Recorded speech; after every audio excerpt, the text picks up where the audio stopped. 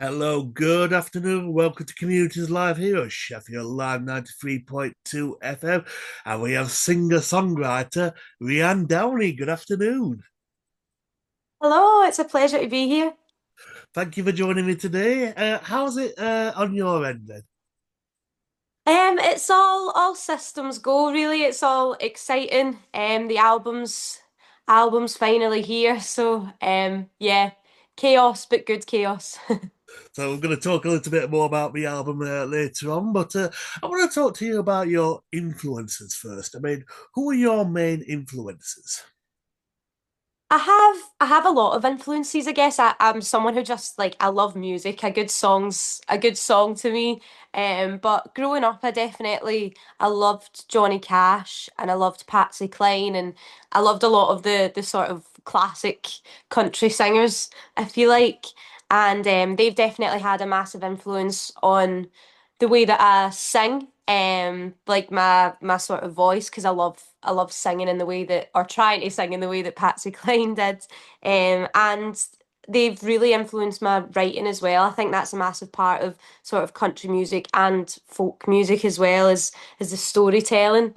And yeah, I love a good story. So yeah, they're definitely big influences from the beginning, and more so recently, especially with the album. I took a lot of influence from Fleetwood Mac, as well as the likes of like Noah Kahan, Sierra Farrell, Zach Bryan, more into the sort of modern day.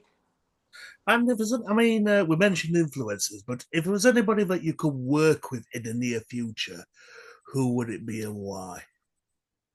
Ooh, I think it would be Sierra Farrell. She's got the most gorgeous voice ever. For anyone that doesn't know her, she's a singer-songwriter from West Virginia, and she's like as if she stepped out of a time capsule. Her music is almost straight out of like the 50s, 60s, sort of country, Americana, bluegrass. She's absolutely stunning, inside out, her voice, everything. So it would be a dream come true to stand on stage with her. And what was the first song that you heard and you thought to yourself that captured? What was the first song that you heard that captured your imagination and thought to yourself that, gosh, I really want to become a singer-songwriter? What was that song? Um, there's been a few songs throughout my life, but the sort of most prominent moment to me was when I first heard ska, weirdly.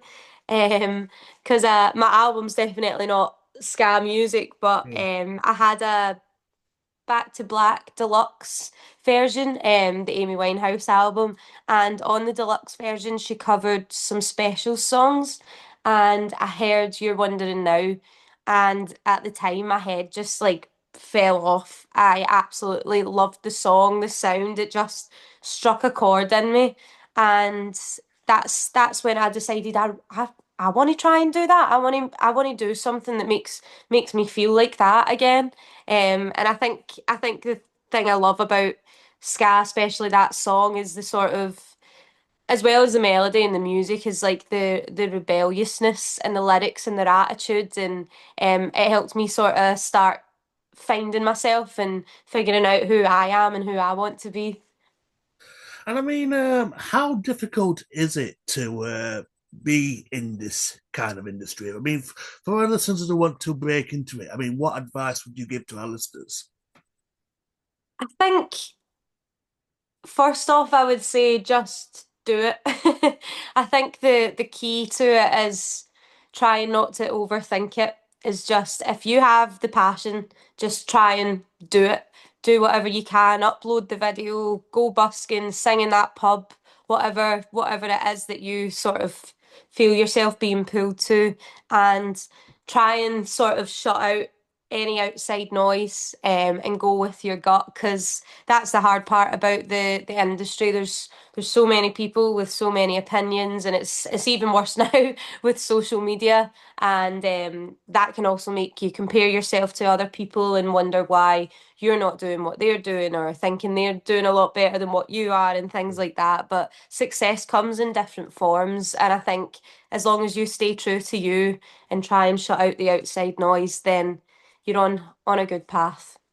I mean, you just mentioned social media as well. I mean, do you feel it's gotten easier to share your music with now that we've got social media? Do you think it's gotten easier to break into music more easily? I think it definitely gives us all a platform in order to share our music. And I wouldn't say that it's easier. I guess it's a hard one really because even though you're uploading on social media, it doesn't always mean that it's going to be heard Yeah.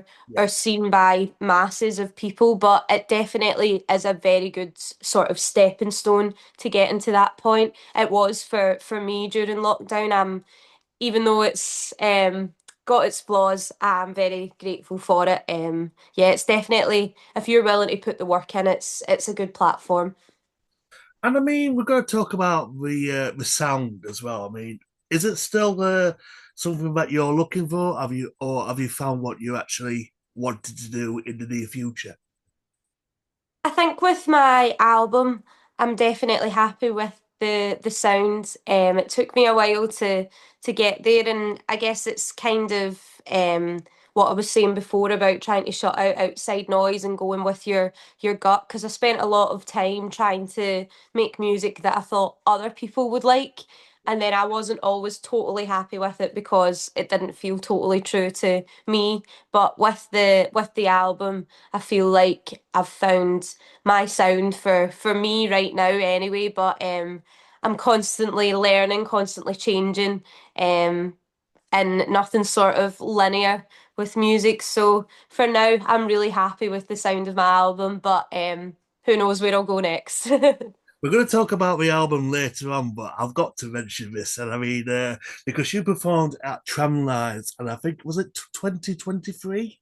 Yes. And you have met an absolute legend in Paul Heaton.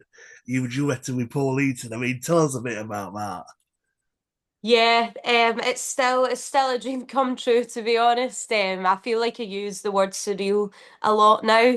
Um, but yeah, this is a good story about social media, I guess. Through lockdown, I was uploading videos online, just for something to do, basically. Sure. And in October 2020, I uploaded a cover of Rotterdam or Anywhere onto Twitter, and Paul Heaton liked and commented on it, and at the time I was so excited.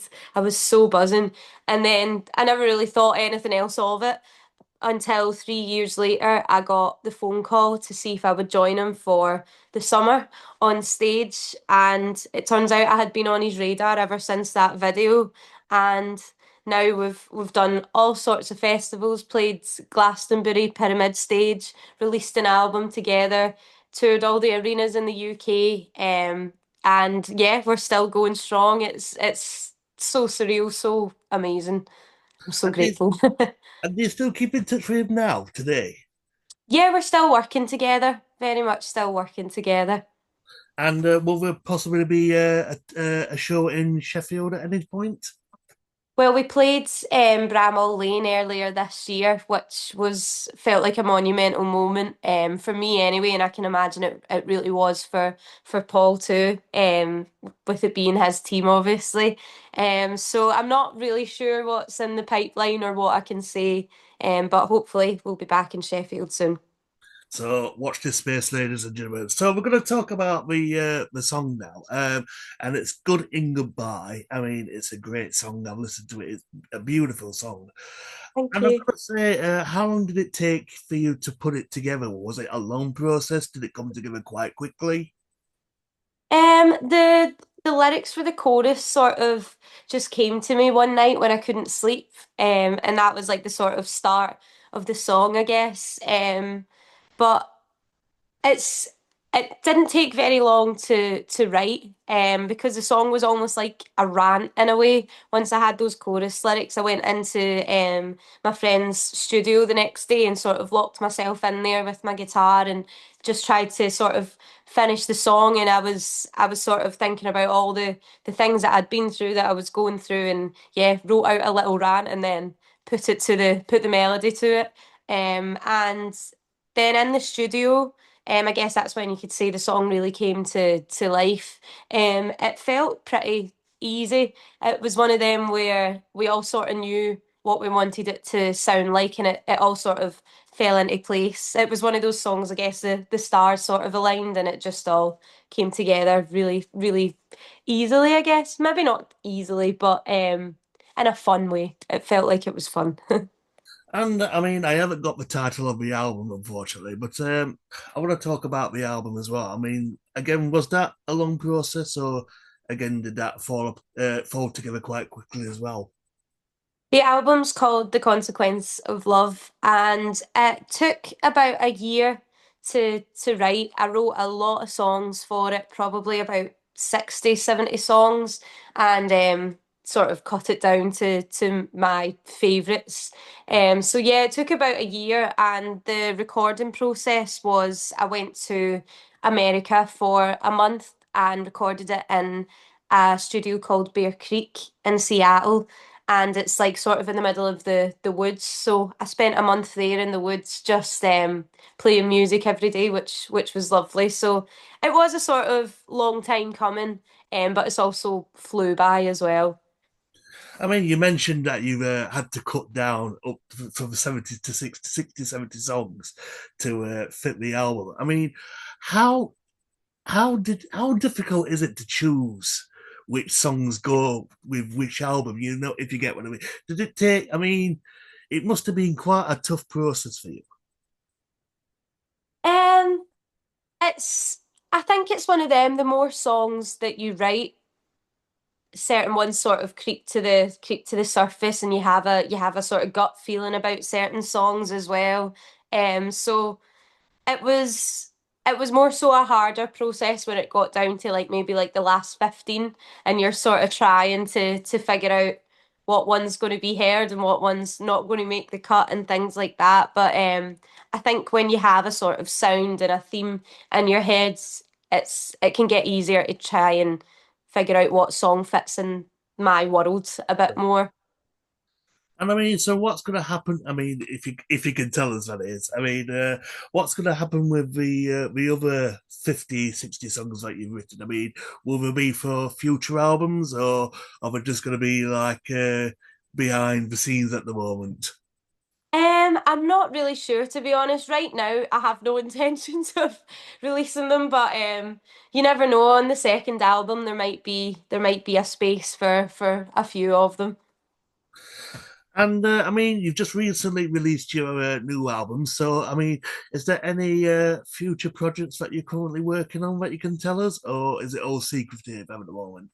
I'm heading on a UK tour now that the album's here, and I'm playing a few in stores, which is like acoustic and signing across the UK, and I'm heading on a proper headline tour through October to December, and I'm actually playing the Foundry in Sheffield.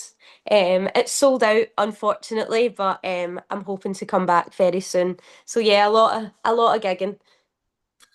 And I mean, how can people get a copy of your album? Is it all digital? I mean, is there a physical copy that people can get as well?